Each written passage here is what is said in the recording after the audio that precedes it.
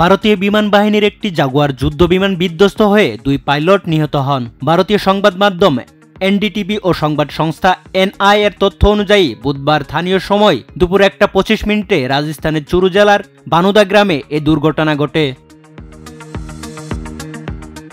প্রত্যক্ষদর্শীদের বরাত দিয়ে প্রতিবেদনে বলা হয়, বিধ্বস্তের পরপরই এলাকায় আগুন ধরে যায়। এতে ঘটনাস্থলে পাশেই থাকা 2 জন সাধারণ নাগরিক আহত হন। আহতদের স্থানীয় হাসপাতালে ভর্তি করা হয়েছে।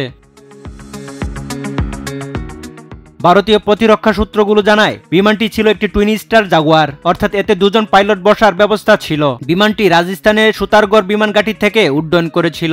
দুর্ঘটনার পর ভারতীয় বিমান বাহিনী হেলিকপ্টার পাঠিয়ে উদ্ধার তৎপরতা চালায়। চলতি বছরে এটি 3য় জাগুয়ার বিমান দুর্ঘটনা।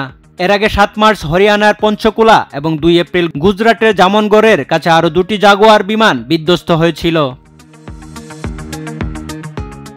উল্লেখ্য, জাগুয়ার একটি 2 ইঞ্জিন বিশিষ্ট ফাইটার বোম্বার যুদ্ধ বিমান। ভারতীয় বিমান বাহিনী এগুলো বহুবার আধুনিকায়ন করে এখনো ব্যবহার করছে। বর্তমানে প্রায় 120টি জাগুয়ার জেট বিমান 6টি স্কোয়াড্রনে বিভক্ত হয়ে সেবা দিয়ে যাচ্ছে ভারতকে।